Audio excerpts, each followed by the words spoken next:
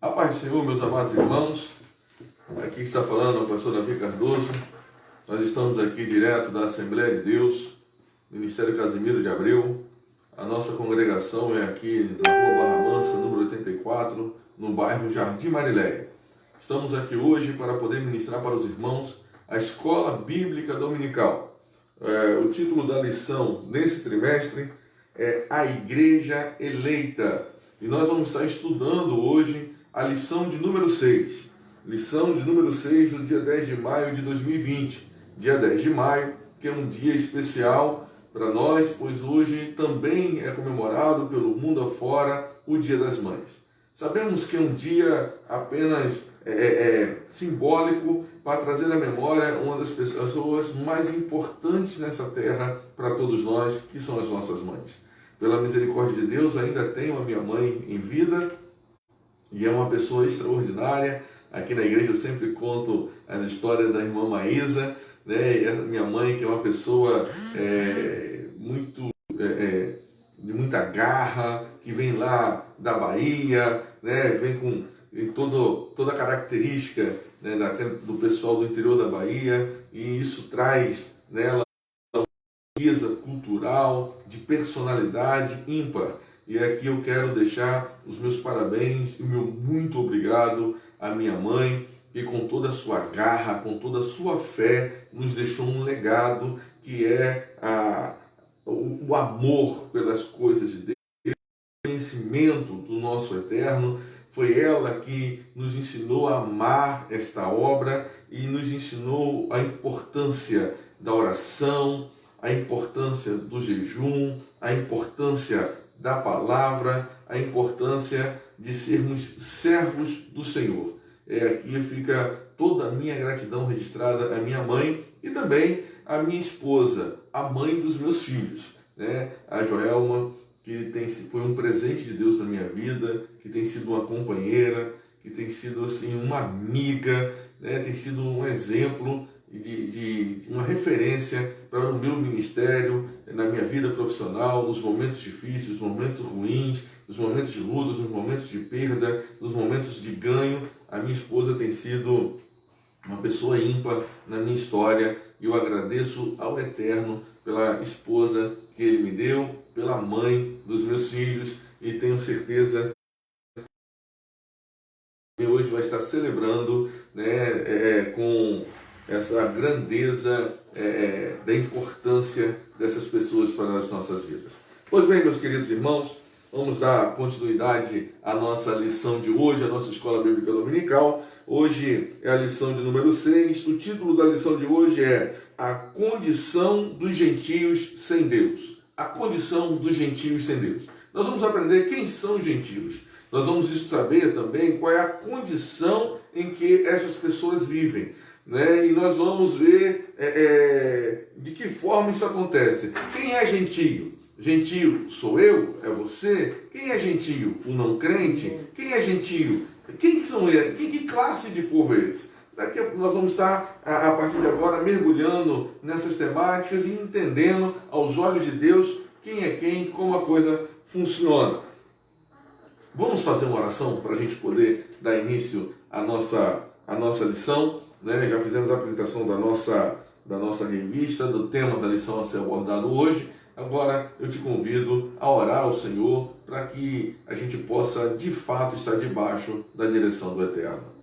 Deus Todo-Poderoso, em o nome de Jesus, neste momento, ó Pai, nós nos colocamos diante de Ti para lhe pedir, Senhor da glória, ser conosco, nos abençoa, nos guarda, nos livra de todo mal. Santo Espírito, Tu que habita em nós e nos direciona nesta terra, eu te peço nesta hora, em nome de Jesus, Senhor, nos direciona mais uma vez, nos livra dos tropeços teológicos, de qualquer equívoco, nos perdoa, Senhor amado, todo e qualquer excesso ou falha, mas ao Senhor eu te peço, Senhor, capacita-nos, abrindo o nosso entendimento, os nossos olhos, os nossos ouvidos, para que a gente possa compreender enxergando, ó Deus, e ouvindo a tua voz e o teu agir. Deus amado, em nome de Jesus, ó Senhor da glória. Ah, meu Deus, mostra-nos a nossa condição. Senhor, revela-nos quem de fato nós somos, para que assim nós possamos te servir com primor. Meu Pai amado, nós possamos te servir com maestria, nós possamos te servir, meu Pai, Deus amado, cumprindo tudo aquilo que o Senhor deseja para nós. Deus, em nome de Jesus, desde já eu te agradeço por mais esta oportunidade e te peço, ser conosco, Senhor da glória, neste momento, nos abençoando, e todo aquele que nos escutar, todo aquele que assistir esse vídeo, meu Pai amado, eu te peço, toma em tuas mãos, abençoa, meu Pai amado, os teus servos, em nome de Jesus. Amém. Bom, lições bíblicas da CPAD. O título da lição desse trimestre é A Igreja Eleita, e a lição de hoje é a lição de número 6, do dia 10 de maio de 2020, Condições dos Gentios sem Deus. O texto áureo vai dizer o seguinte, está lá em Efésios, capítulo 2, versículo 11.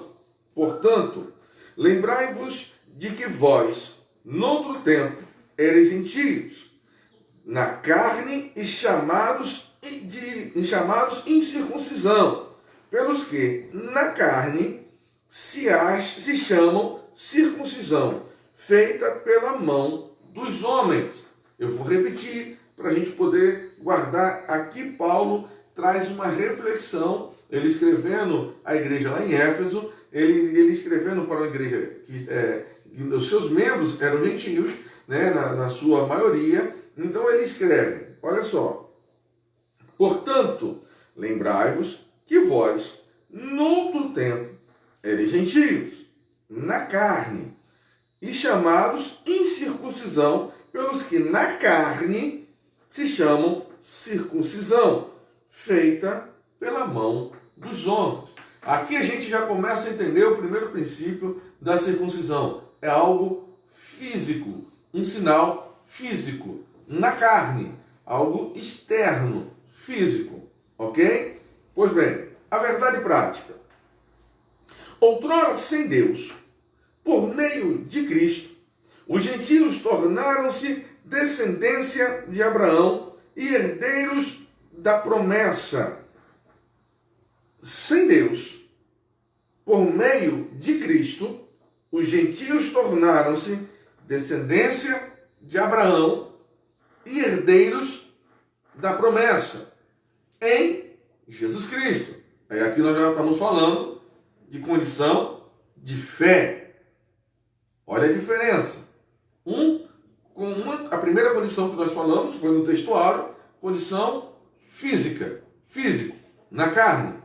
A segunda condição, a verdade prática, já nos traz a ideia de que os gentios foram feitos herdeiros de Abraão, não fisicamente, não na carne, não em um sinal externo, mas pela fé em Cristo, algo interno.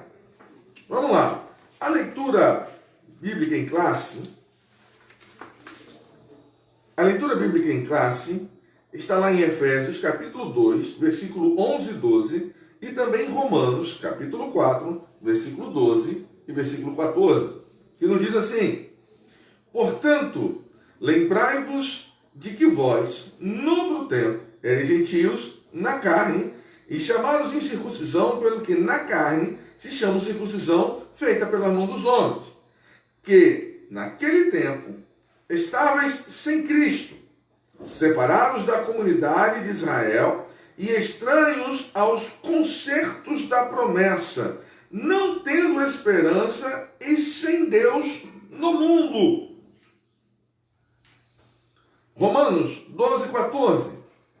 E fosse pai da circuncisão, daqueles que não somente são da circuncisão, mas também andam nas pisadas daquela fé que teve nosso pai Abraão, que tivera na incircuncisão, porque a promessa de que havia de ser herdeiro do mundo não foi feita pela lei a Abraão ou a sua posteridade, mas pela justiça de fé, pois se os que são da lei são herdeiros, logo a fé é vã e a promessa é aniquilada. O que Paulo está dizendo à igreja que estava em Roma, né? Que havia um grande conflito ali, né? Dentro da igreja entre judeus e gentios. Para a gente poder entrar aqui na introdução, eu quero ler um texto que vai estar lá em... abre comigo, 1 Coríntios. Deixa essa parte aqui onde estava aberta, marcado. Isso aqui é importante. 1 Coríntios. Vamos lá. 1 Coríntios.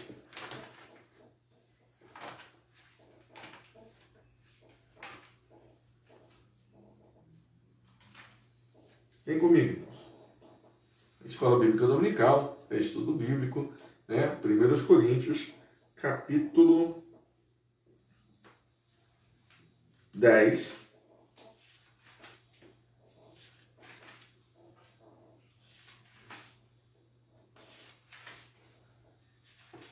Coríntios, capítulo 10, versículo de número 32. 1 Coríntios, capítulo 10, versículo de número 32. Olha a revelação que Paulo nos traz nesse texto. Portai-vos de modo que não deis escândalo nem aos judeus, nem aos gregos, nem à igreja de Deus. Vejam bem, 3 grupos diferentes, para onde agora se voltam os olhos de Deus. Até então, haviam 2 grupos, os judeus e os gentios. Agora Paulo nos apresenta um terceiro grupo. Paulo fala dos judeus, Paulo fala a questão aqui dos gregos, ele se refere aos gentios, e Paulo também fala da igreja. Então, nós temos 3 grupos dentro do Novo Testamento onde a mensagem é direcionada. Vemos aqui, nos textos que nós lemos, o texto bíblico de referência, Paulo se dirigindo à igreja, que era composta tanto por judeus quanto por gentios. E só que a igreja formada por gentios, os gentios não tinham conhecimento das alianças, da história, da verdade, da história da própria humanidade e nem das tentativas que Deus fez de estabelecer laços, comunhão com os homens.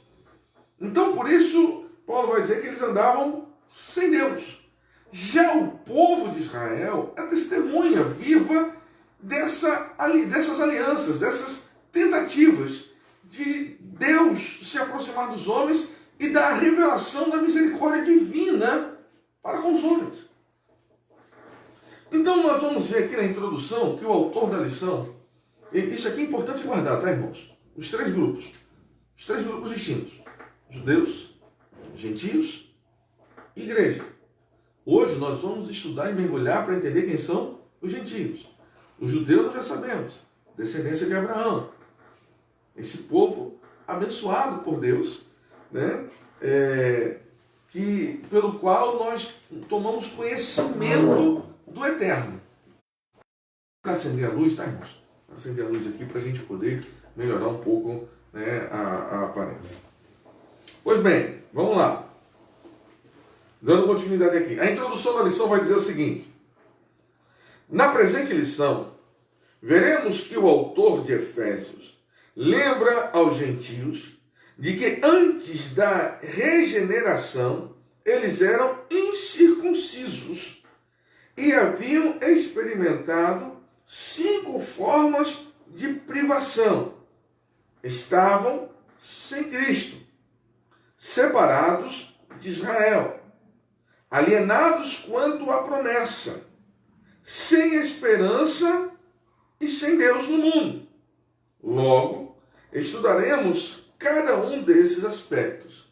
Veja bem sobre o que esta lição vai se debruçar, para que a gente possa entender quem é essa classe de pessoas que os judeus os classificam como gentios. Bom, Paulo já começa dizendo lá em Efésios capítulo 2, que as características para a gente entender, eles estavam sem Cristo, eles estavam separados de Israel, que é uma outra condição, separados de Israel, eles estavam alienados contra a promessa, eles não tinham conhecimento da promessa, eles estavam sem esperança, e a gente vai ver com mais profundidade essa questão de viver sem esperança. Até hoje tem gente vivendo nessa mesma condição, sem esperança, e sem Deus no mundo. Por quê? Eles desconheciam o eterno. O que é que eles conheciam? A multiplicidade dos deuses, o paganismo. O que é que eles conheciam? Eles conheciam figuras e objetos feitos por eles mesmos para que eles pudessem adorar. A verdade é que o ser humano tem em si uma necessidade real de adorar, de buscar, de ter um divino, algo divino sobre si. E foi o próprio Criador que fez isso, que colocou essa condição e essa necessidade no ser humano. Porque só desta forma o homem ele estaria buscando ao seu Criador. Só que, conforme após o Éden, os homens se desviaram, se afastaram, se distanciaram e pararam de buscar a Deus. E com isso, o que aconteceu com a humanidade? A violência explodiu. A prostituição explodiu. O índice de violência era gigantesco antes do dilúvio. Os pecados registrados, como consequência do afastamento do homem de Deus, que nós temos antes do dilúvio, é a violência e a prostituição. Nós tivemos a descendência de Sete buscando a Deus, aprender e guardar e considerar os ensinamentos de Adão e decidiram, nós vamos ver lá em Gênesis capítulo 4, no último versículo, que fala que Sete e o seu filho Enos passaram a buscar a face do Senhor, enquanto os outros homens viraram apenas homens naturais, criaturas extremamente violentas, desregrado nas questões sexuais, passando e vivendo situações que começaram a desagradar ao Senhor de tal forma, de uma forma tão abrupta, que Deus decidiu refazer as coisas. Mas deu oportunidade àqueles que com sinceridade buscavam a sua face. Pois bem, após o dilúvio, aí a gente vai ver o advento do surgimento de um camarada chamado Nimrod. E a partir deste camarada e da sua história, e isso, relatos históricos vão nos dizer isso, tá? Que a partir de Nimrod, Semíramis, começa a haver o ser humano agora, e Nimrod era um homem extremamente violento, era um habilidoso caçador, era um administrador nato, era dotado de vários talentos, mas ele a sua esposa ou mãe, conforme vai depender da abordagem histórica, como coloca, uns dizem que era sua mãe e esposa, ali começa a haver a introdução da questão da idolatria, porque Nimrod começa a ser adorado, e após a sua morte, então ele começa a ser idolatrado, Inclusive, tudo indica que a Torre de Babel, na verdade, era um templo que estava sendo feito dos homens, pelos homens, para adoração de homens. Essa a ideia que nós temos, a interpretação que nós temos, até porque qual era o objetivo daquela torre? Chegar aos céus, ou seja, os homens ocuparem o lugar de Deus. Começaram os homens se achar, Nimrod se achar criador, capaz de ser criador, autor da própria história, né? Então ali começa a questão da idolatria. E depois, na multiplicidade de línguas, quando os homens se dividem, um estudo mais aprofundado sobre todo o paganismo, vai ver que sempre vai recair nas raízes de Nimrod, Semíramis e Tammuz, mudando nomes, mas a base da fé, né, da fé idólatra, as suas raízes sempre vai partir disso aí. Pois bem, então voltando à nossa lição, os gentios eles viviam nessa condição, na condição de idolatria, distanciados de Deus, sem conhecer o verdadeiro Deus, o Deus único. No primeiro tópico aqui da lição, vai dizer assim: chamados incircuncisão. Na era antes de Cristo, além de mortos espiritualmente, os gentios eram desprezados pelos judeus, identificados como incircuncisos. A gente vê isso muito claro quando Davi, né, o rei Davi, mas antes de ser rei ainda garoto, quando ele chega no campo de batalha, onde estavam acampados de um lado os judeus, do outro lado os filisteus, e Golias afrontava a nação de Israel ali durante todo aquele tempo, né, e os homens de Israel com medo de encarar Golias, e Golias vinha e tripudiava e falava o que queria, falava o que pensava, né, e quem fala o que quer acaba ouvindo, né, o que não quer. Tem que estar preparado para ouvir a resposta. E Golias falou o que quis e de repente vem um menino e fala, o afronta e o derrota na batalha. Mas quando Davi se indigna, né, se zanga ao ouvir as afrontas, as ofensas de Golias, Davi usa a seguinte expressão: quem é esse incircunciso? Quem é esse incircunciso? Olha só, irmãos. Aí dá para a gente ter uma noção mais ampla de como essa expressão de ser chamado de circunciso, de ser rotulado como circunciso, era uma expressão ofensiva. Era uma expressão, como é que a gente pode dizer, racista, vamos usar dessa forma, né, pejorativa, por parte dos judeus para com aquele que não era judeu. O conceito de circuncisão, vamos lá. Circuncisão é a remoção cirúrgica do prepúcio do órgão sexual masculino. Era prescrito na lei como sinal externo de quem pertencia ao povo da aliança com Deus. Está lá em Gênesis 17, versículo 10 e o versículo 11. Veja bem, Abraão, quando foi chamado por Deus, e é o que Paulo vai falar lá em Romanos, Abraão, ele não era circunciso, ele era caldeu. Ele era da cidade de Ur, lá na Caldeia.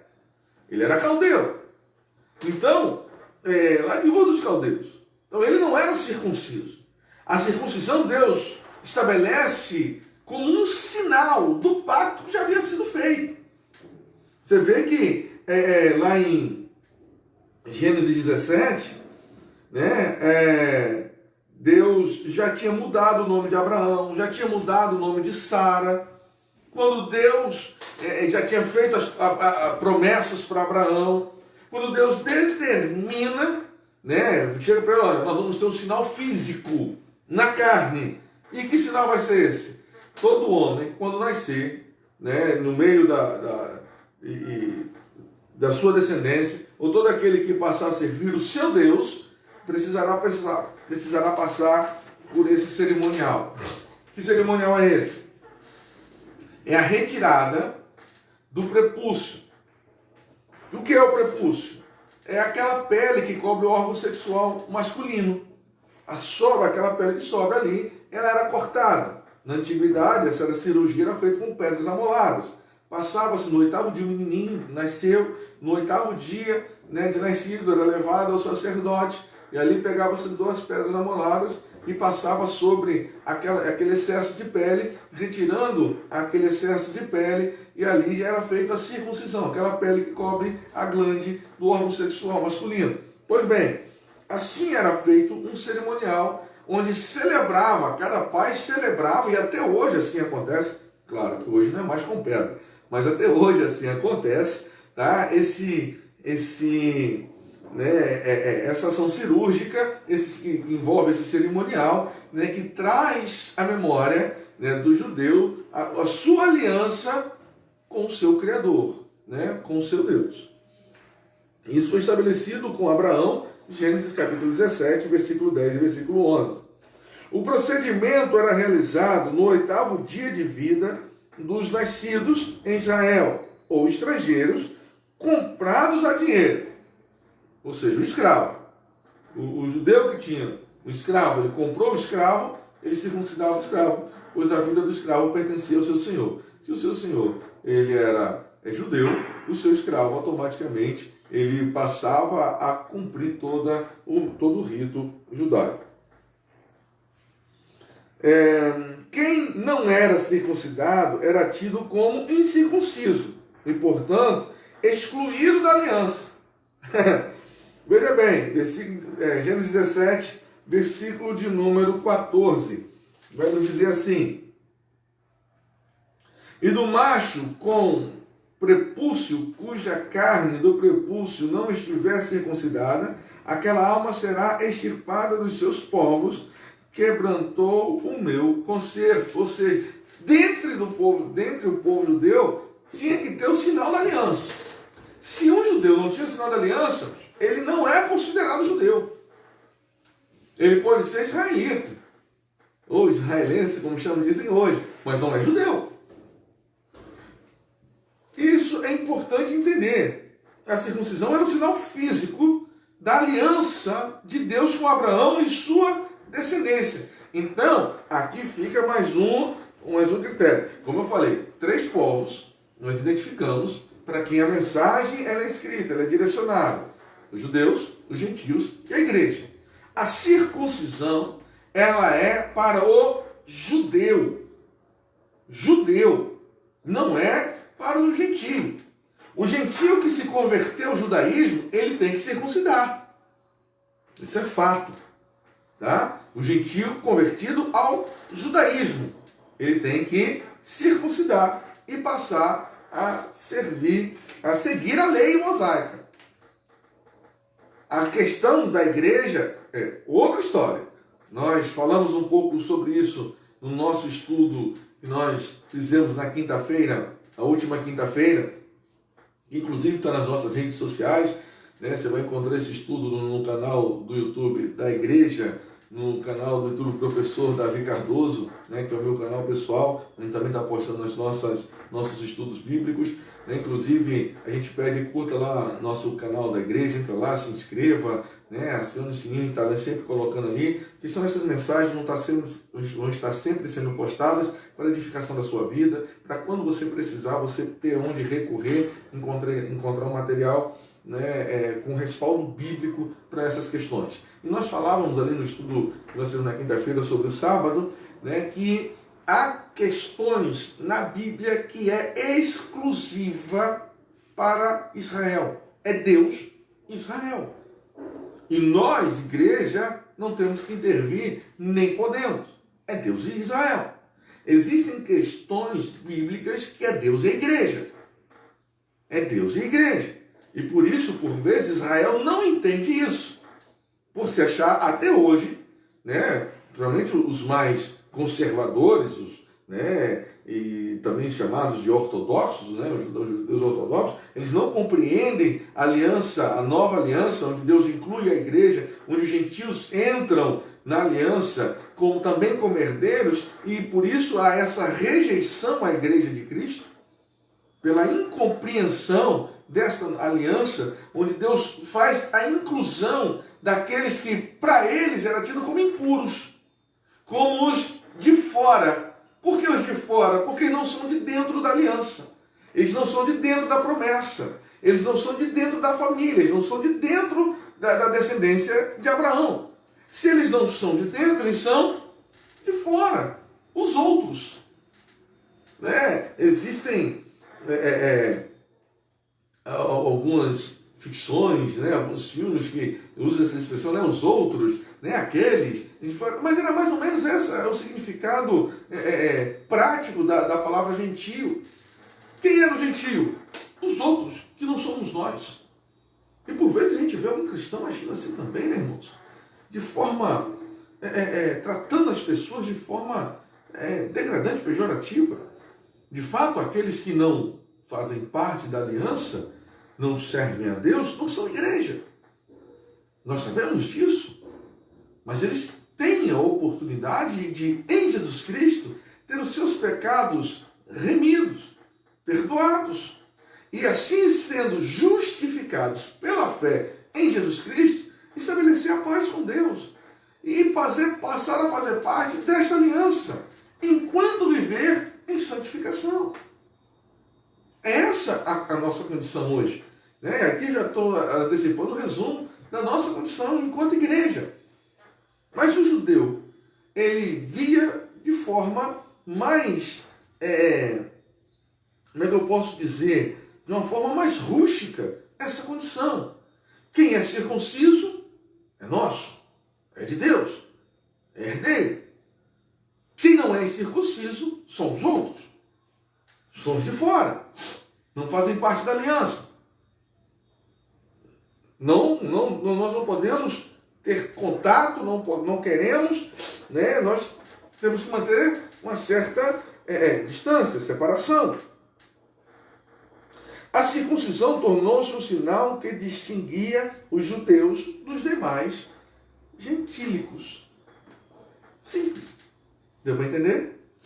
Circuncisão, um sinal físico, que era retirada do prepúcio, né, que é a pele que cobre a glande do órgão sexual masculino.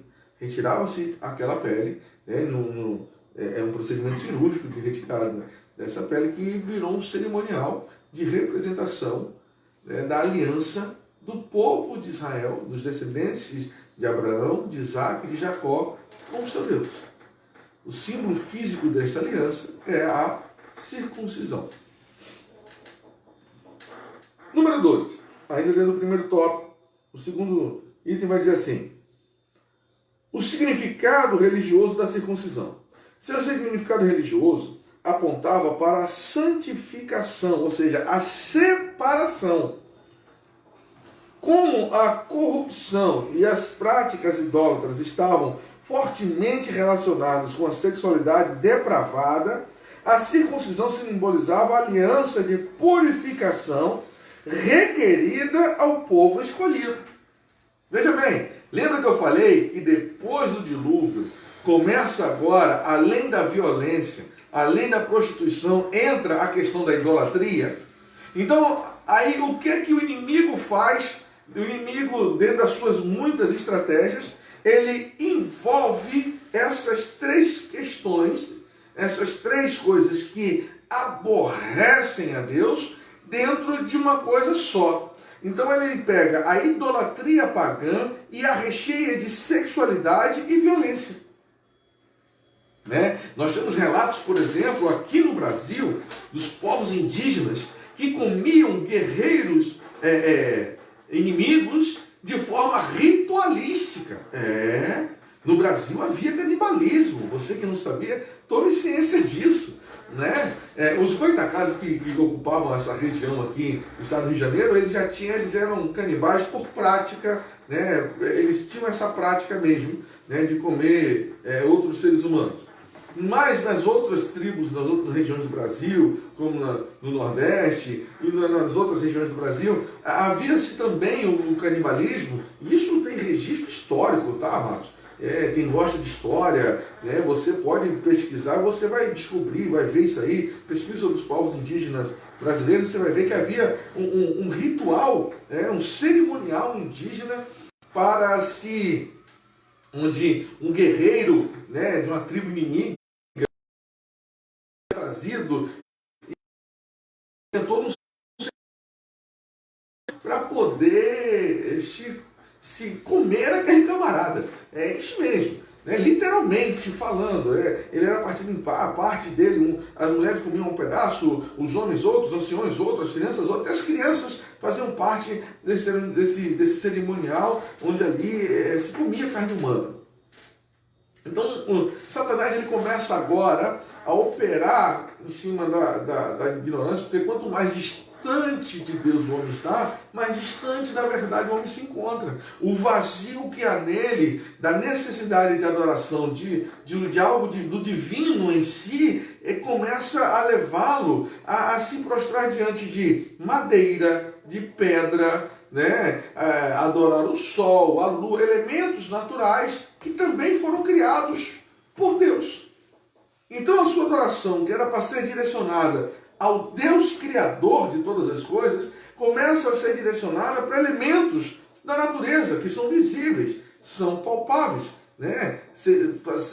Passíveis de se sentir, como o sol, a lua, não são palpáveis, mas eles vêm governando a noite, governando o dia. Então eles começam a criar essas fantasias e notar isso como religiosidade.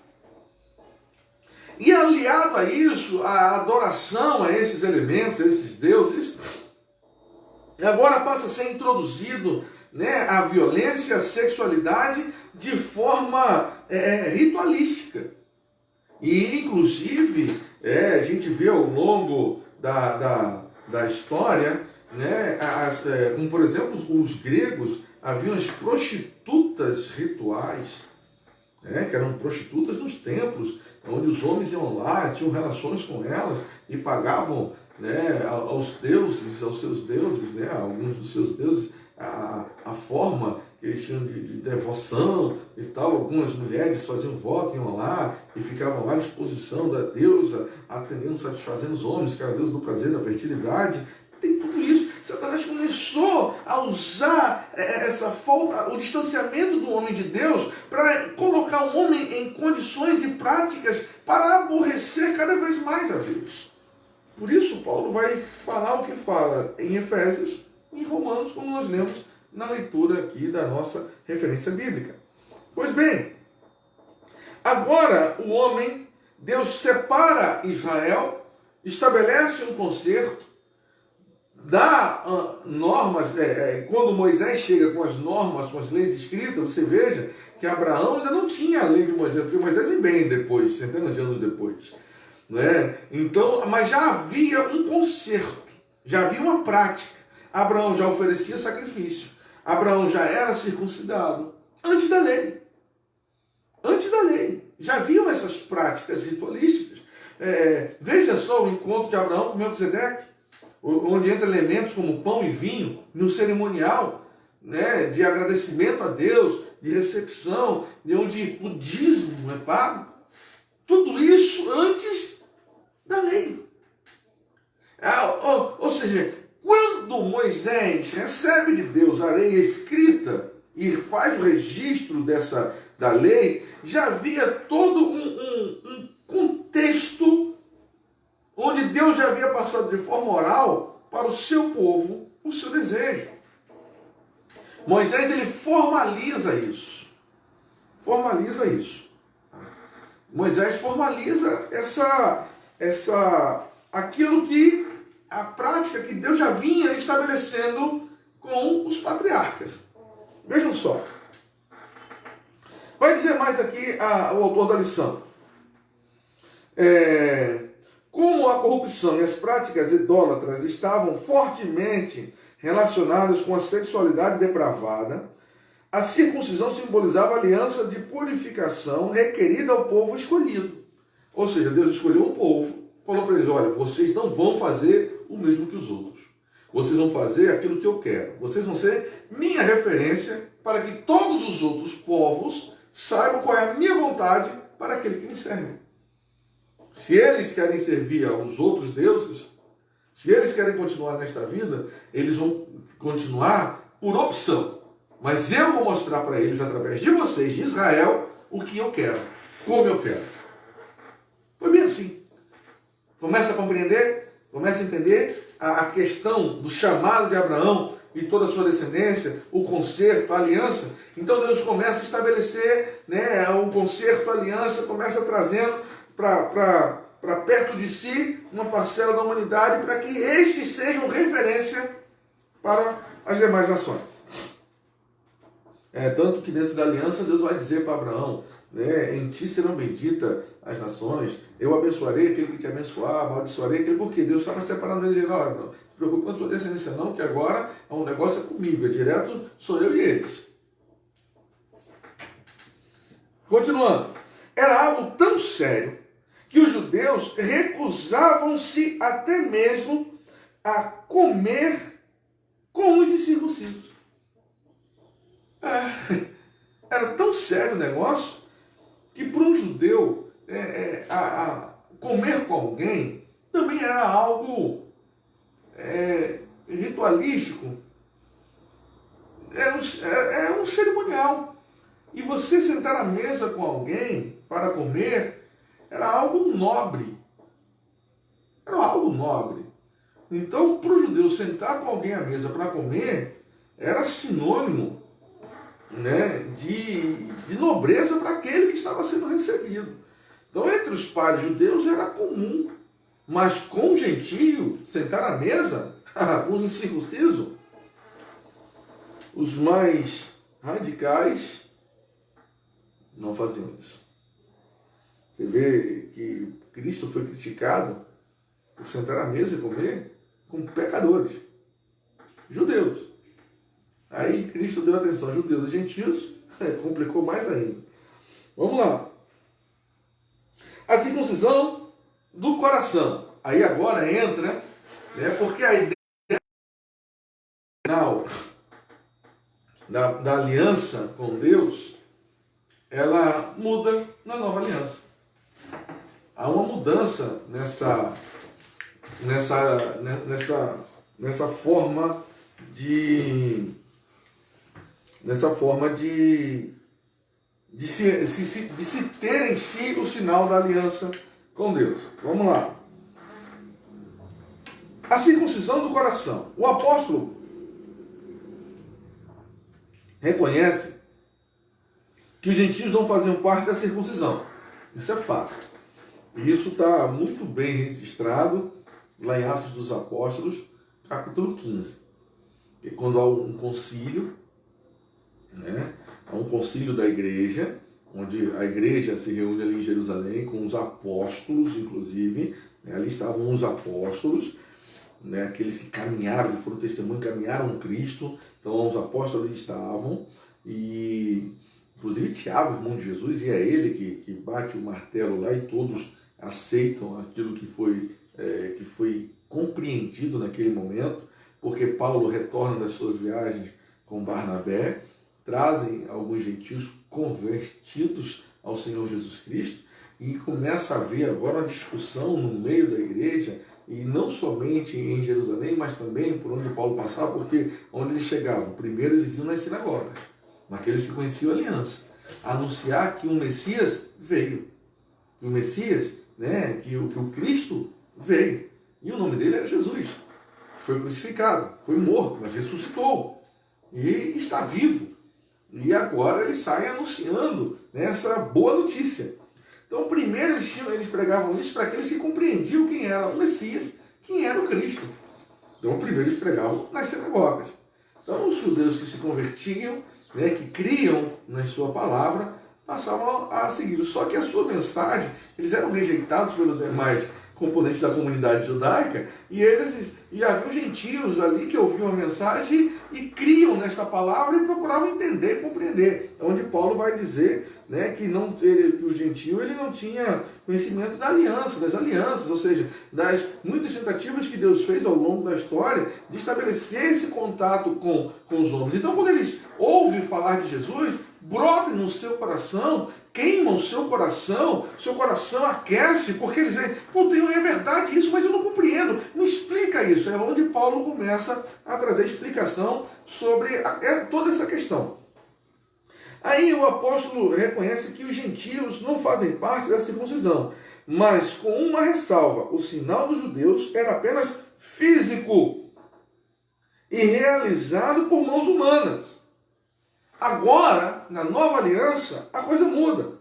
A boa nova que Paulo traz é que a verdadeira circuncisão não se trata de uma operação externa, na carne, realizada pelos homens, mas que foi feita no interior. Aqui é do coração, cujo louvor não provém dos homens, mas de Deus. Romanos 2:29. Vamos lá, Romanos 2:29. Depois a gente volta aqui em Gênesis novamente. Romanos 2:29. Veja só, irmãos, que coisa rica, que maravilha. Agora, você, igreja, também tem um sinal. Só que ao contrário do judeu, que era um sinal físico feito por mãos de homens, não, agora a palavra vai dizer que Deus procura aqueles que o adoram, mas que o adoram de que forma? Em espírito e em verdade. Então, agora, o sinal da circuncisão não é mais externo, feito por mãos de homens, porque muitos tinham o sinal feito por mãos de homens, mas não honravam aquele sinal físico que carregavam em si. Não honravam aquela aliança. E agora, o que Paulo nos ensina, que Cristo deixou registrado, é que agora a aliança, ela é feita de dentro para fora. É questão de fé, é questão de convicção, é conceito, é ideal. Não é apenas ideológico, é ideal, é conceitual, vem de dentro, é espontâneo. Olha só, Romanos, capítulo de número 2, versículo 29. Mas é judeu o que o é interior. A circuncisão, a que é do coração, no espírito, não na letra, cujo louvor não provém dos homens, mas de Deus. É a circuncisão a qual Paulo está falando aqui, é aquela que você faz pelo ato de fé. Com o coração você crê, e é pela fé que você adota e recebe este sinal vindo de Deus, de convicção, de fé, da existência do divino, de como a palavra, de fé na sua palavra. E nós obedecemos a palavra pela fé. Nós pregamos esse Deus, o Deus de Israel, pela fé. Nós vivemos do jeito que vivemos pela fé. É pela fé. Nós somos circuncisos no coração, ou seja, no meu sentimento. Eu carrego em mim a certeza, aleluia, desta convicção. Eu carrego em mim a certeza que esta palavra é a verdade. E esta convicção que eu carrego em mim é um sinal da minha circuncisão, da minha devoção, da minha aliança com Deus. É a obediência a esta verdade. Onde não apenas da boca para fora, porque Deus conhece o meu coração e conhece a minha mente. Deus sonda os meus pensamentos e o meu coração, ou seja, os meus sentimentos. Deus sabe o que faço, como faço, para que faço, por que faço. Se faço da boca para fora ou se faço com o coração. É até emocionante você ver os profissionais falando aquilo que se faz com amor, sai bem feito, tem todo um diferencial, e é verdade. É onde eu coloco o meu coração, ali está a minha prioridade. E aqui eu quero que você guarde isso. Aonde estiver o seu coração, ali estará a sua prioridade. Sabe por que tem crente que deixa de vir para a escola bíblica dominical, para a Santa Ceia, para ir para a praia, porque o coração dele não está aqui, isso aqui não é prioridade para ele. Aonde estiver o seu coração, estará a sua prioridade. Sabe por que tem cristão que nessa pandemia está dando muito mais audiência para Netflix, para livros de leitura secular, para redes sociais, né? Para tanta coisa, e não tira um tempinho para Deus porque o seu coração não é circuncidado. Ele não carrega em si a certeza, a convicção da nova aliança. Serve da boca para fora. Sabe, porque muitos não fazem o culto no lar, o culto doméstico, Sabe por que muitos já não estão jejuando? Porque falta a circuncisão do coração, a convicção. Sabe por que alguns estão muito acomodados e para eles está tranquilo, não importa se a igreja está fechada, não incomoda, não faz falta, porque lhe falta a circuncisão no coração. Falta isso neles. Esse amor, essa entrega, essa dedicação, esse carinho. Falta a convicção de fé. Tem-se o convencimento de que Jesus é Filho de Deus, é o Senhor, Ele reina, Ele está vivo. Eu estou convencido disso. Mas falta a entrega, falta o temor. Para muitos falta a compreensão. Sabe por quê, igreja? Eu me preocupo quando eu vejo alguns por aí dizer que nós não precisamos, do Antigo Testamento, da Antiga Aliança, a gente não precisa ler, estudar, compreender. São esses que vão manipular de forma arbitrária o povo de Deus, ou pelo menos vão tentar. Por quê? Porque o homem, o gentio, não tem conhecimento de Deus nem das suas alianças, das suas tentativas, de todo o processo para tentar alcançar o homem, para restabelecer essa comunhão entre ele e os homens. Existem condições. Aí nós começamos a ver essas aberrações teológicas que nós vemos por aí, pela falta do conhecimento da verdade, pela falta da compreensão de preceitos e princípios como esse. A circuncisão não consegue compreender essas coisas. Nós precisamos entender isso. Nós não temos que ser judaizantes, nós não temos que nos converter ao judaísmo, mas nós precisamos entender os princípios judaicos. Por que Deus estabeleceu essas coisas para eles? E o que é que Deus requer de nós hoje? Nós precisamos ter essa compreensão. A dimensão dessa... Eu só vou entender o que Deus quer de mim hoje, enquanto igreja, se eu entender os princípios de Deus. Porque os princípios de Deus não mudaram. Deus não mudou. Então os princípios que existem dentro dos mandamentos são os mesmos. Veja, quando Cristo chega lá em Mateus capítulo 5 e faz a comparação entre a lei e a graça. Ele não anula nenhum daqueles mandamentos. Ele apenas traz a verdadeira interpretação. Ele apenas traz o verdadeiro conceito e aprofunda ainda mais a compreensão daquele mandamento. Ele não anula.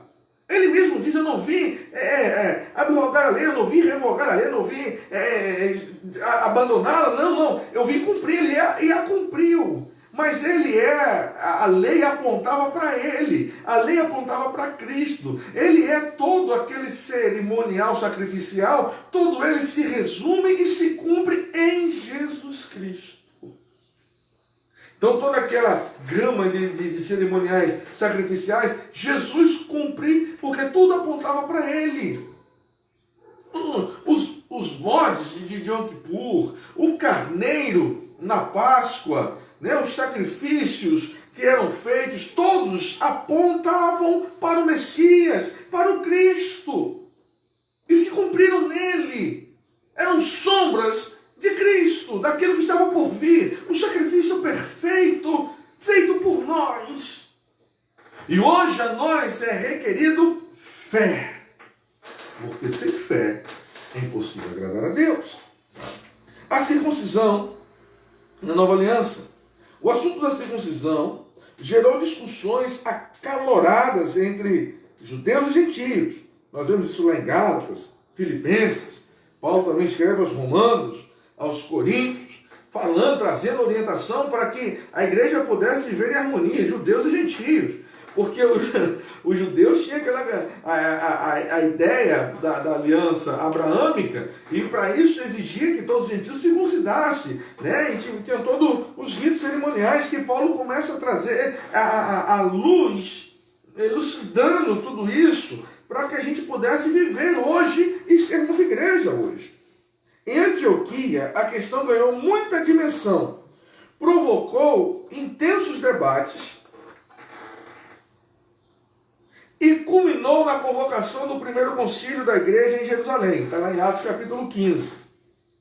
A deliberação dos apóstolos sobre o assunto, sob a orientação do Espírito Santo. Vamos ver qual foi?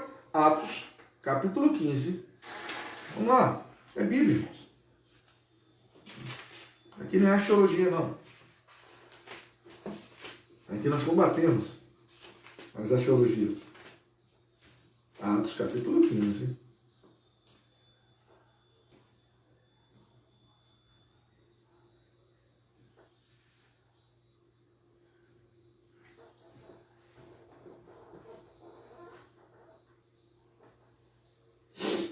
Vai dizer assim, preste bastante atenção.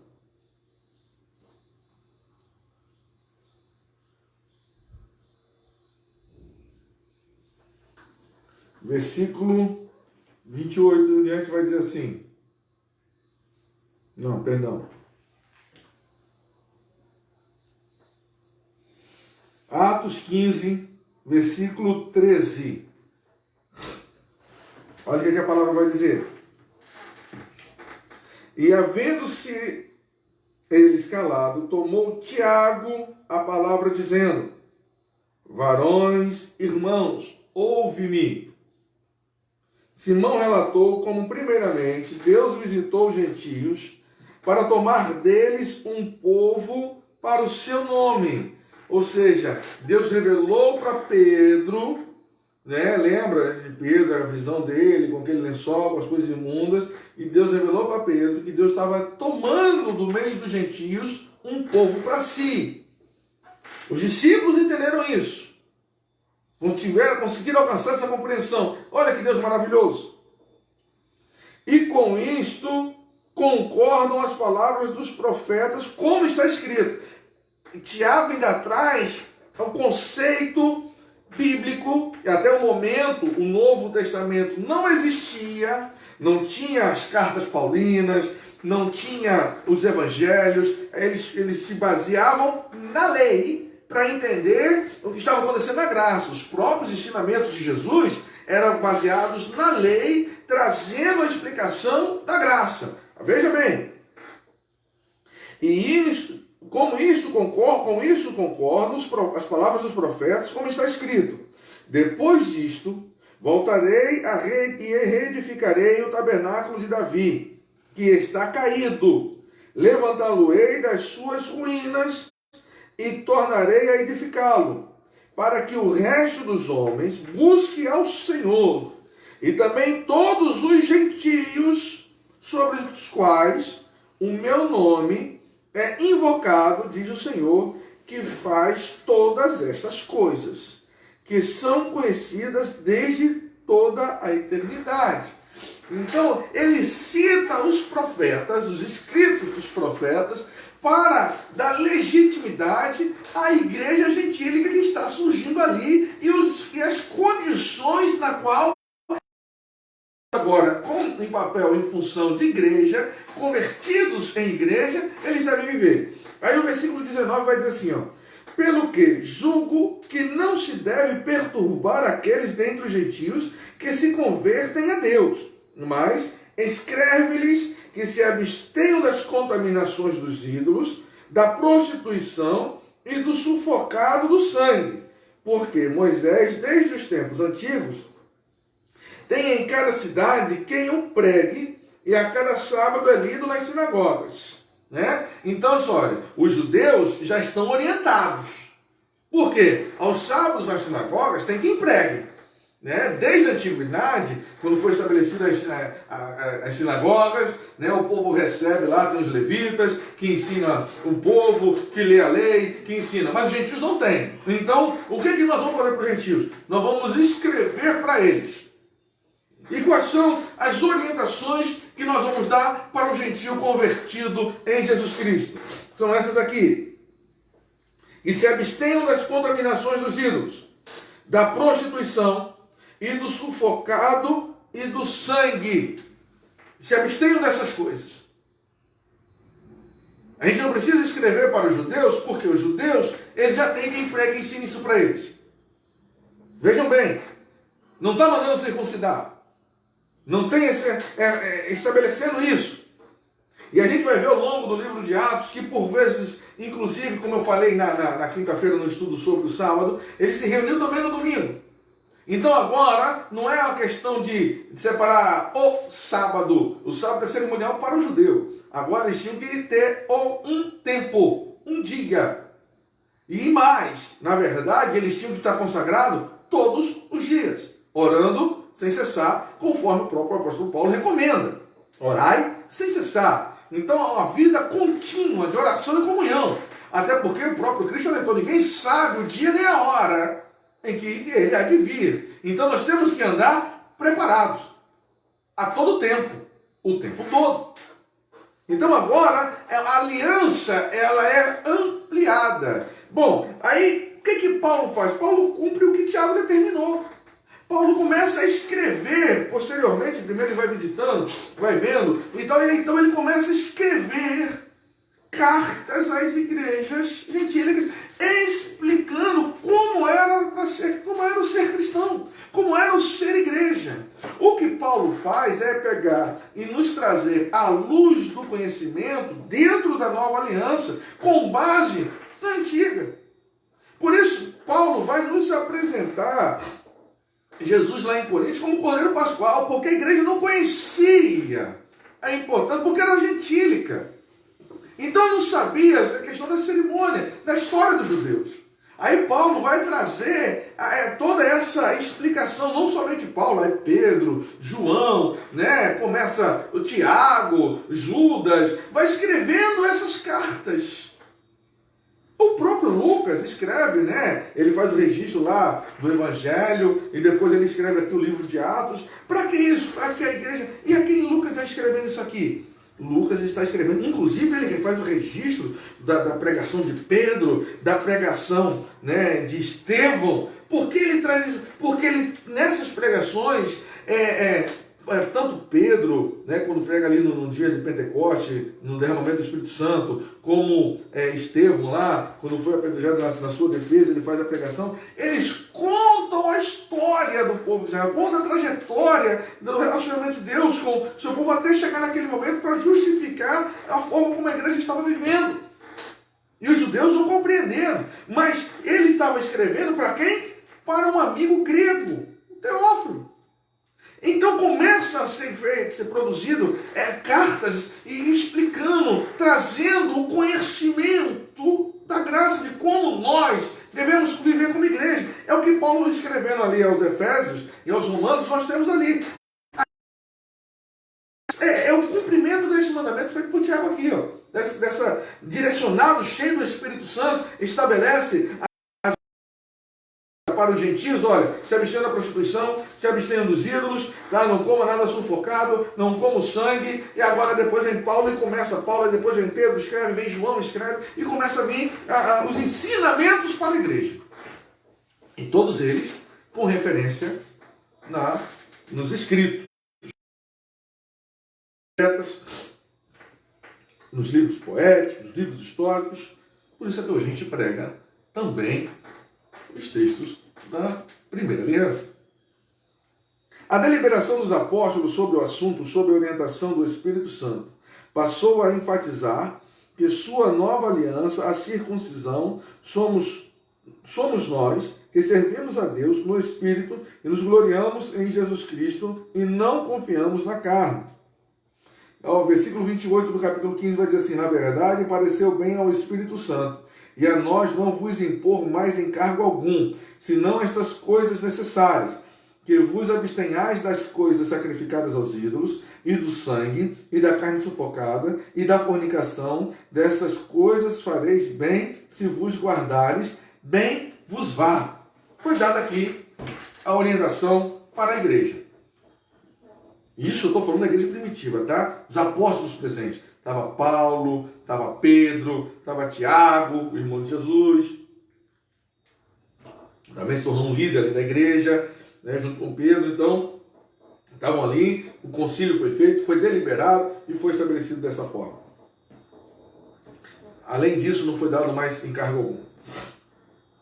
É onde Paulo começa a vir trazendo as suas cartas, explicando, né, nessas contradições, nesses conflitos, onde os judaizantes tentavam ali, Paulo começa a vir combatendo, quebrando essas coisas e formatando ali a igreja do Senhor Jesus Cristo, a igreja gentílica. A ponto de a importância desse povo para Deus, né, do povo de Deus, da igreja em si, que quando Jesus aparece para João, lá no livro do Apocalipse, né, e ele manda cartas às 7 igrejas, nenhuma das 7 está na Judéia, nenhuma das 7 está em Israel, nenhuma das 7, todas 7 são gentílicas, todas 7. Isso mostra para quem a gente está direcionado. Então o livro já traz a ideia, né, do livro do Apocalipse, é a revelação para o povo gentílico. Tá, das coisas que estavam por vir, da condição de Israel, da condição da igreja, da condição do gentio. Ali, o livro de Apocalipse, a mensagem é essa. A igreja, Israel e os gentios. O que vai acontecer em cada um desses três povos aí, a que a Bíblia se refere. Se você começa a ler se você começa a ler o Apocalipse, já começa a perspectiva, você começa a entender muito mais coisas. Ok? Vamos lá. Estranhos ao concerto da promessa. Nessa parte, o apóstolo Paulo aponta a situação dos gentios. Naquele tempo, ou seja, antes de se converter a Jesus, né, naquele tempo estavam sem Cristo, separados da comunidade de Israel e estranhos aos concertos da promessa. É o que a gente falou até agora. Né? Antes de aceitar a Jesus, o camarada que estava fora, né, o incrédulo, não podemos chamar de incrédulo aquele que não crê, porque tem muita gente que crê, né, mas está lá, mas não tem o conhecimento pleno da palavra, da verdade. E por isso a importância da escola bíblica dominical, por isso a importância do culto de ensino, para que a gente venha tomar esse conhecimento, para que a gente possa conhecer a Deus, para que a gente possa conhecer a comunidade de Israel, para que a gente possa conhecer os concertos de Deus e as promessas de Deus, porque os concertos e as promessas vieram ao nosso conhecimento através do povo judeu. E não tem como fugir disso. Tá? Por isso que a cidade da Nova Jerusalém, as suas portas, né, têm nomes das 12 tribos de Israel. Por quê? Temos acesso a Deus através dos judeus. Agora, nós, enquanto igreja, estamos alicerçados nos ensinos dados, né, pelos apóstolos. Por isso que os pilares do muro têm o nome dos 12 apóstolos. Consegue compreender? Olha como a gente já começa também a entender um pouco mais de escatologia dentro desse conceito, trazendo conosco esse conceito. Vamos lá. Voltando para o nosso tema. Uma vida sem Cristo. Ao descrever a história passada dos gentios, o apóstolo traz à memória que naquele tempo, isto é, antes da regeneração, eles viviam imersos no paganismo e, portanto, sem Cristo. Isso indica que a religiosidade dos gentios era incapaz de inseri-los na promessa messiânica de salvação. Também significa que eles desconheciam a Cristo, como também eram indiferentes às promessas acerca dele e da sua obra. O pagão, né, vamos usar essa expressão, aquele que não serviu o Deus de Israel, não esperava o Messias. Os judeus esperam o Messias até hoje. Tá? Não esperavam o Cristo, eles estão esperando a remissão até hoje. Né? Eles não tinham noção dessas promessas. Quando que nós começamos a ter a noção dessas promessas? Quando a gente ouve a verdade. Né? A palavra até vai perguntar assim, como crerão se não há quem pregue? E é por isso que a igreja foi chamada. Porque Israel começou a ser exclusivista, começou a olhar somente para si. Não, ele é impuro, não, ele é gentil, não, ele não faz parte da promessa, deixa ele de fora. A promessa é para nós, vamos falar aqui, não. Aí o Senhor vai e chama os discípulos, olha, vocês vão pregar em Jerusalém, em toda a Judéia, em Samaria e até os confins da terra. Aí vem a perseguição, e quando ele sai pregando para até os confins da terra, aí começa, né, e Paulo então é um grande perseguidor, que agora torna-se perseguido, e agora pega toda a sua vivacidade, né, todo o seu ânimo, sua disposição, e coloca em favor da pregação do Evangelho, e Paulo sai pelo mundo afora pregando, cumprindo a determinação de Cristo. Agora a igreja começa a crescer, os gentios começam a se converter, aí começa a haver uma necessidade de explicar e ensinar para os gentios toda essa questão, essa história, todo esse contexto histórico de vivência de Deus com Israel, para poder chegar até nós. Então nós não viemos substituir Israel. Não. Nós viemos cumprir aquilo que Israel não cumpriu, que é pregar o Evangelho para toda criatura. Por isso Deus tomou dos gentios um povo para si, para que nós, povo de Deus agora, em Cristo, possamos pregar o Cristo para aqueles que ainda não conhecem. Porque, infelizmente, eles não têm essa noção. A sua religiosidade pagã impede deles ver isso. E é por isso que nós, igreja protestante, aí eu vou trazer para nós protestantes, né, protestou contra a igreja de Roma na Idade Média, e surgiu o movimento protestante pelos desvios que a igreja cristã começou a tomar, os rumos que a igreja cristã começou a tomar na Idade Média. O seu envolvimento nas questões políticas e financeiras, a ganância, aquela questão de toda do glamour, das construções das catedrais, ouro até nos tetos e tal, das conquistas, né, dos desbravamentos, dos descobrimentos, todo o seu envolvimento em toda essa estrutura aí, né, de governabilidade, a igreja se envolvendo, se misturando com reis, ora era rei que mandava, ora era a igreja, e todo esse contexto, né, histórico que nós já conhecemos, trouxeram muita corrupção, e a ponto que agora, para manter o glamour, começaram até a lotear o céu, e estavam vendendo salvação até para quem já estava morto. Então começam a surgir os protestos, porque a corrupção da igreja naquele momento era tão grande que as pessoas diziam ser cristãos, mas viviam como pagãos, adorando os deuses pagãos, cumprindo os cerimoniais pagãos, nas datas de cerimônias pagãs. Aí o que é que a igreja começou a fazer? Aquilo que a gente chama de sincretismo religioso. Começou a adotar datas, símbolos pagãos, mudava apenas o nome. Não, isso aqui eu vou chamar de João. Não, isso aqui você não vai chamar mais disso não. Não, isso aqui eu vou chamar de Jorge. Não, isso aqui eu vou chamar de Antônio. A festa aqui acontece. Não, mantenha a festa do jeito que quiser. Vamos aqui adaptar, o que é que fala, tá, beleza. Vamos jogar aqui, ali e tal. Os ovinhos coloridos. Não tem os ovinhos coloridos, não é nessa data. Vamos mudar aqui o calendário, vamos tirar aqui. Não, esse negócio de acompanhar o calendário judaico está batendo com as nossas festas pagãs. Então vamos mudar aqui, vamos mudar o calendário aqui, vamos ajustar desse jeito aqui. Não, vamos manter aqui, manter esse aí, dessa. E assim foi. Foi assim que foi fazendo ajustezinhos para que o paganismo pudesse se adequar ao cristianismo. Olha só. Então, quando surgem os protestos, e aí, em verdade seja dita, nenhum daqueles que protestaram naquele tempo queriam sair da igreja de Roma. Na verdade, eles queriam mudar a igreja de Roma. Eles lutavam, era para mudar a igreja de Roma. Eles queriam que a igreja de Roma se convertesse. Eles não queriam criar novas igrejas. Ele queria que a igreja romana tomasse conhecimento, reconhecesse os seus erros, confessasse seus pecados, abandonasse essas práticas, né? O que não aconteceu, porque quem estava no poder eram pessoas tão entrelaçadas com essas práticas que eles preferiram reprimir este movimento. Preferiram reprimir este movimento. Né? E excomungaram, perseguiram, mataram, queimaram, esquartejaram, fizeram o que fizeram, conforme está os registros na história. Mas a verdade é que nós, enquanto igreja, hoje, nós precisamos continuar protestando contra isso. Porque, por vezes, aí quando eu vejo pessoas, né, líderes, querer fragmentar a palavra de Deus. Não, o Antigo Testamento não precisa ler, não precisa estudar, a gente só lê o que os escritos dos apóstolos. Peraí, cara, você só vai entender o que o apóstolo estava querendo dizer se você compreender a aliança. Você só vai entender essa aliança se você compreender ela como um todo. Você só vai saber quem é você, o que é ser igreja, se você olhar para Israel. Viu que Deus requeriu, exigiu dele os princípios de Deus contidos na lei. Deus é o mesmo, ele não mudou. O que ele requer de nós é a mesma coisa. Claro que há as coisas que mudaram pelo cumprimento delas em Cristo.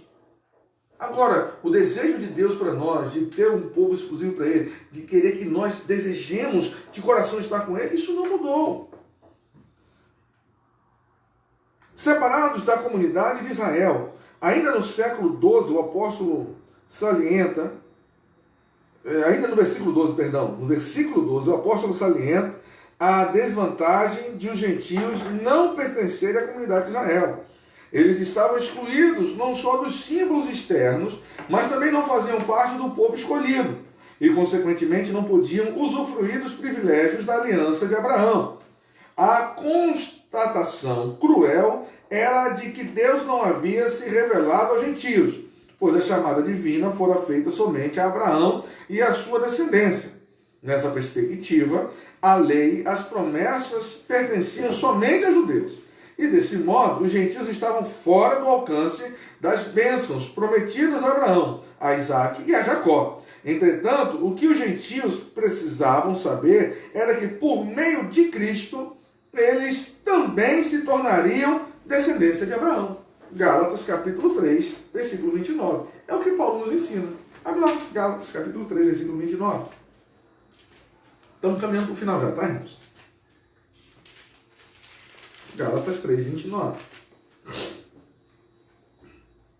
E se sois de Cristo, então sois descendência de Abraão e herdeiros conforme a promessa. Aleluia! Glória a Deus! Porque em Cristo eu circuncidei o meu coração, fiz aliança de fé com o meu Deus, que é o Deus de Israel. Aleluia! Com isso, eu não substituo os herdeiros de Abraão. Pelo contrário, eu me torno co-herdeiro com ele, da promessa da salvação. Aleluia! Glória a Deus!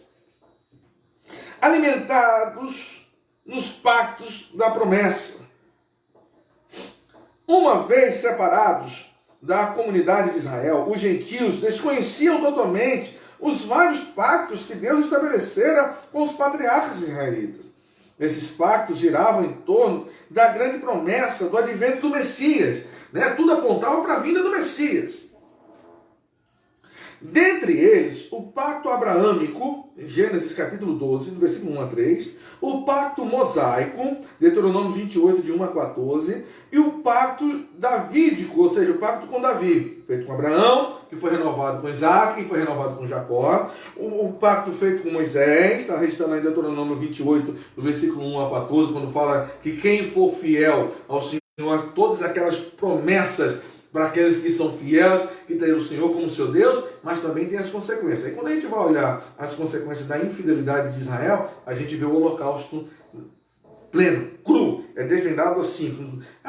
Por que os judeus passaram o que passaram na Segunda Guerra Mundial? Lê lá, Deuteronômio 28, do versículo 15 em diante, você vai entender. Lê primeiro Deuteronômio 28, do versículo 1 ao 14, que você vai ver as promessas, do pacto mosaico. Aí do versículo 15 em diante, vai trazer as consequências da desobediência dessa aliança. Vê lá. Aí você vai conseguir ter uma compreensão. Isso ali já estava dito e predito.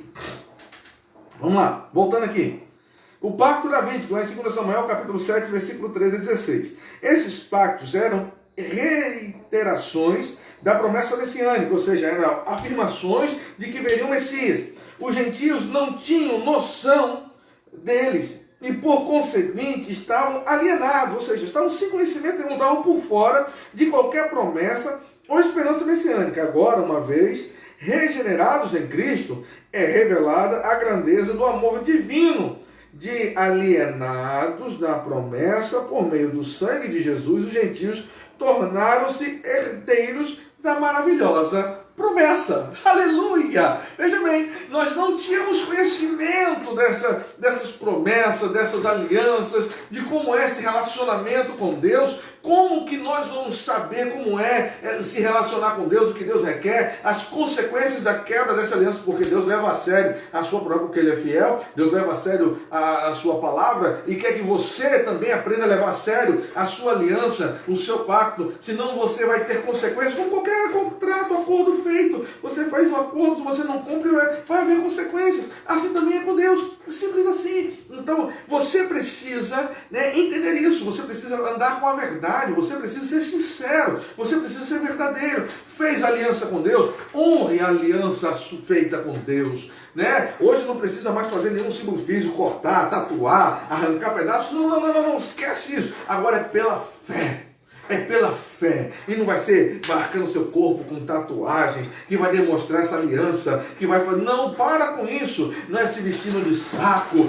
Não, para com isso. Mas aquele que tem a aliança de Deus no seu coração, ele sabe que determinada forma de se vestir não agrada ao Espírito Santo. Expõe demais o templo, ou traz escândalo. Então ele foge dessas coisas. Ele anda em sinceridade, em simplicidade, mas quem olha para ele vê a aliança. Mas como assim, pastor? Como é que vê? Pelo brilho do Espírito Santo que habita nele. Quem tem o Espírito Santo de Deus em si, aqueles que estão à sua volta, vê, reconhece, enxerga que ele é templo e morada do Santo Espírito. Vamos lá. E aqui a gente caminha para o final de verdade. Desprovidos de esperança. Os homens sem Deus, desprovidos de esperança. Criaram-se algumas, como os nórdicos lá, os vikings, que tinham a ideia de Valhalla, e dos seus deuses, de Odin, mas tudo com muita violência envolvida, morrer como um guerreiro, em busca de glória, viveu em busca de conquistas, toda da fama. Era uma tradição oral que eles tinham, então eles queriam que o seu nome não morresse com eles, mas fosse imortalizado através de seus feitos, dos seus grandes feitos, e assim eles viviam. E agora também vem a questão da filosofia grega, e vem os homens tentando buscar de uma forma muito natural, por vezes racional, explicações para a morte ou pós-morte,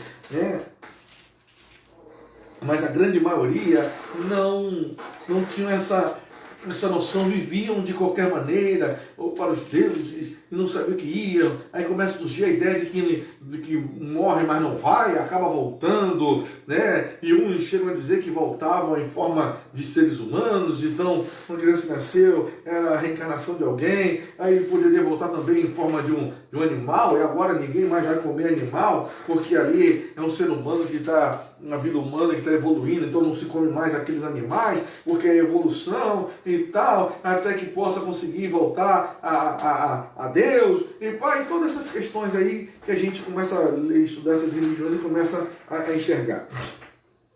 Sempre o homem distanciado de Deus, buscando no que se apegar.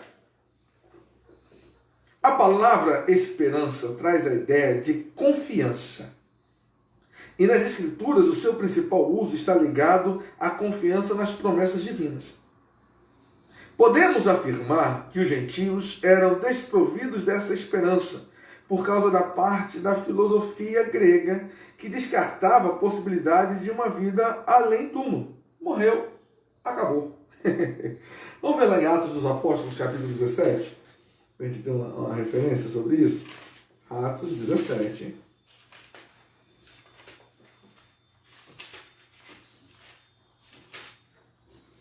Do versículo 18 e o versículo 32. O versículo 18 vai dizer assim, E alguns dos filósofos epicureus e estoicos contendiam com ele. Uns diziam, o que quer dizer este paroleiro? E outros, parece que é pregador de deuses estranhos, porque eles anunciavam a Jesus e a ressurreição. Aí no versículo 32.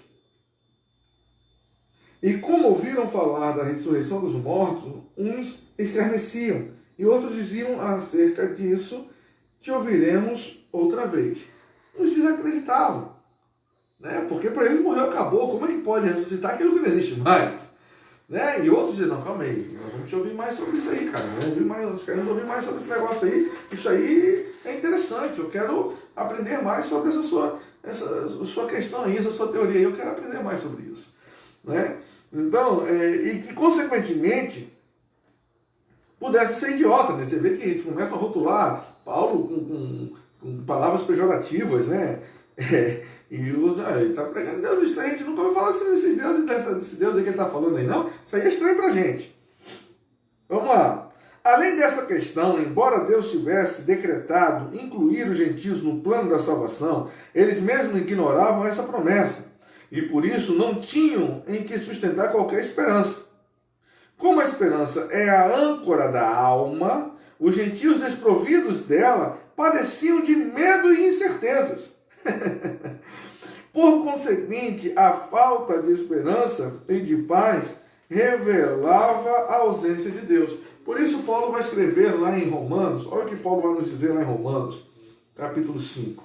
Veja bem, Paulo vai explicar para os gentios ali em Roma, né, o que é esperança, como ela surge, a importância dela, porque eles não tinham essa questão da esperança do pós-vida. Olha só o que é que Paulo vai dizer. Sendo, pois, justificados pela fé, temos paz com Deus. Então, isso aqui já falamos bastante.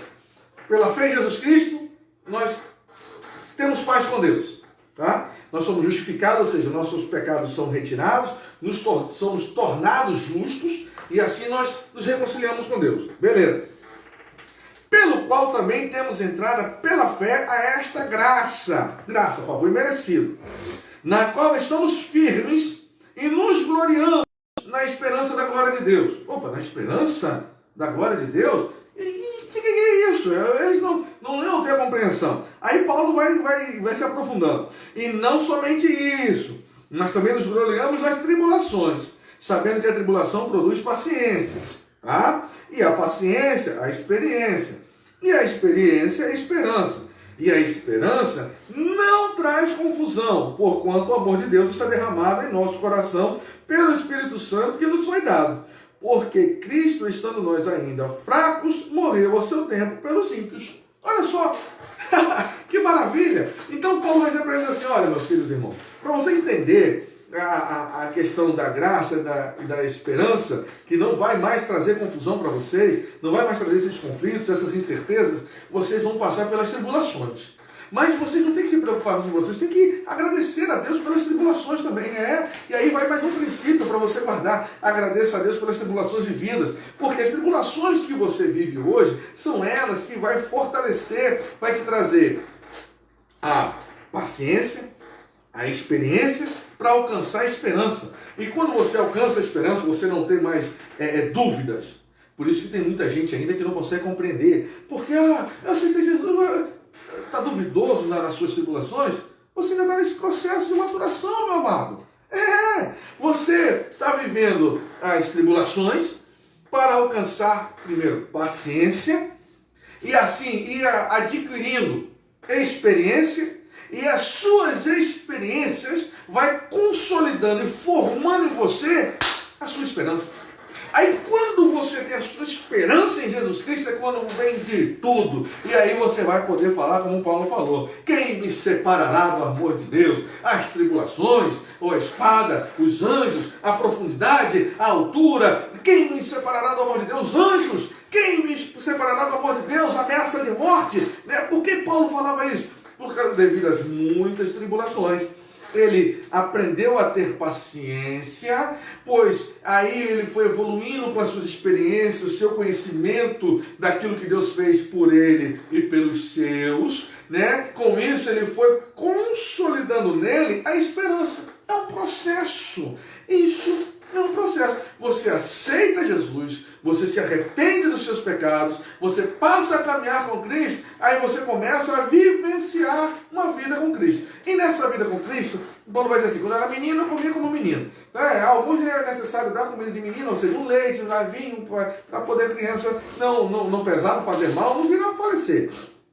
Então, o que Paulo vai dizer? Olha, vocês vão começar devagar. E na nossa trajetória, para aprender a andar, a gente faz o quê? Primeiro engatinha, depois a gente vai segurando nas coisas, devagarinho a gente fica em pezinho sem botar a mão em nada, já é uma conquista, a gente morre de rir, não é assim? Aprendendo a andar, aí depois dá o primeiro passinho, cai, dá outro passinho, cai, até está andando, daqui a pouco está correndo. É um processo. É um processo. Você nasceu de novo, você vai passar por esse processo de maturação, de fortalecimento, de conquista, de conhecimento. É um processo. A santificação é um processo. A esperança é um processo que vão sendo adquiridos com a vivência com Deus. Mas o que é que você precisa para startear esse processo? A fé. A fé. Pela fé em Jesus Cristo, você vai ser limpo, justificado, vai nascer de novo e vai iniciar o processo de vivência com Deus. Vamos lá. Sem Deus no mundo. A expressão sem Deus não significa que os gentios não serviam ou não acreditavam numa divindade. Como já falei aqui, a necessidade de crer no divino levou os homens a acreditar em várias divindades de várias formas diferentes. Ao contrário, eles eram politeístas e idólatras, ou seja, acreditavam em vários deuses e idolatravam várias coisas, né, e divindades. Pois acreditavam e adoravam a muitos deuses. Assim, por meio de seu paganismo, estavam alienados do Deus que havia de ser revelado a Israel. Isso significa dizer... deixa eu só fazer um parênteses aqui. O paganismo e a idolatria no meio dos homens levou alguns homens a se colocar como deuses, como os faraós. Em determinado momento, alguns césares se colocaram como Deus. E o que os levavam a ter essas convicções? A falta de referência do divino, né? Dentro do paganismo, a multiplicidade de deuses, né? E os grandes feitos que por vezes eles faziam, a sensação de poder era tão grande que eles começaram a se achar divinos. Não foi diferente com Nimrod, não. Foi basicamente a mesma coisa. Vamos lá. Voltando para aqui. Ao contrário, eles eram politeístas e idólatras, né? lá embaixo. Isso significa dizer que as suas vidas eram regidas pela falsa ideia de divindade, né? Que as mantinham escravizadas em densas trevas espirituais. Trata-se de uma descrição de um quadro calamitoso. Entretanto, infelizmente, esse quadro foi alterado pela intervenção dos desígnios eternos do verdadeiro Deus. Vamos lá. Trata-se de uma descrição de um quadro calamitoso. Entretanto, infelizmente, esse quadro foi alterado, foi mudado pela intervenção dos desígnios eternos do verdadeiro Deus. Então, aí aqui eu quero deixar um adendo da importância de se pregar o evangelho a toda criatura, inclusive entre os indígenas, inclusive entre os muçulmanos, inclusive entre os indianos, né? Inclusive entre todo e qualquer povo dessa terra. É importante levar a verdade e que, se as suas práticas são contrárias às leis divinas, eles precisam abandoná-las. Precisam abandoná-las. Sacrifícios de vidas humanas, de animais, precisam ser cessados. Eles precisam abandoná-las. Ao conhecer a verdade, também precisam mudar sua vida de paganismo, de idolatria. Isso precisa ser mudado. O politeísmo não tem mais espaço dentro do conhecimento do verdadeiro Deus. E na conclusão da nossa lição de hoje, vai dizer assim: em outro tempo, éramos incircuncisos, estávamos excluídos da aliança de Deus, separados de Cristo e de Israel. Vivíamos alienados ao conceito da promessa, desesperançados e longe de Deus. Um dia, porém, a magnitude do amor divino circuncidou os nossos corações, aproximou-nos de Cristo e de Israel, incluiu-nos na esperança da promessa e revelou a nós o único e verdadeiro Deus. Bendito seja o santo nome do Senhor de Israel para sempre. Amém. Glória a Deus. Esta foi a nossa lição de hoje, uma lição profunda, uma lição onde nos mostrou quem éramos e quem somos, quem eram os gentios na visão judaica, a condição de gentios salvos e convertidos em Cristo Jesus, que você possa ser edificado por esta palavra. Nós vamos estar fazendo mais uma oração para encerrar a nossa aula da Escola Dominical hoje. Peço que aí você que está me ouvindo, que puder, feche os seus olhos, curva a sua cabeça. Se você quiser dobrar o seu joelho, fique à vontade, ergue as suas mãos aos céus. Falemos com o Pai neste momento. Deus Todo-Poderoso, em nome de Jesus, ó Senhor, nós nos colocamos diante de Ti para Te agradecer por mais esta oportunidade. Te pedimos, ó Deus, abençoa o Teu povo, todo aquele que escutou esta mensagem, que eles possam compreender a sua posição social hoje, a sua condição, meu Pai amado, espiritual hoje. E assim, Senhor, aqueles que ainda há necessidade de algum ajuste, de algum conserto, que esse conserto venha a ser realizado, que esse ajuste venha a ser feito. Deus, em nome de Jesus eu te peço, tem misericórdia de nós, ó Senhor da glória. Ó Deus Todo-Poderoso, Deus soberano, Criador dos céus e da terra. A Ti nós rendemos graça, a Ti nós devotamos toda a nossa fé, a Ti, meu Pai querido, nós devemos a nossa existência. E por isso a Ti, Senhor, nós, ó Pai querido, adoramos e servimos, ó Senhor, em espírito e em verdade. E aonde houver um coração quebrantado nesta hora, eu te peço, Senhor, visita, conserta, transforma. Deus trazendo a luz, ó Deus amado, do conhecimento, meu Deus amado, da necessidade de se tomar a decisão, Senhor da glória, e de se honrar essa decisão e assim dar início a esse processo de santificação, de crescimento e de alcance da esperança. Deus amado, alicerça-nos, ó Deus, na Tua presença. Deus querido, através da Tua palavra, assim nós te oramos e desde já nós te agradecemos por tudo, em nome de Jesus. Amém. Sejam todos abençoados e que o amor do eterno e todo-poderoso Deus de Israel, a graça do nosso Senhor e Salvador Jesus Cristo, seja sobre a sua vida e a vida de todo aquele que crê no Senhor Jesus, recebendo essas palavras como promessa e delas tomando posse e falando junto comigo. Amém. Está terminado em nome de Jesus.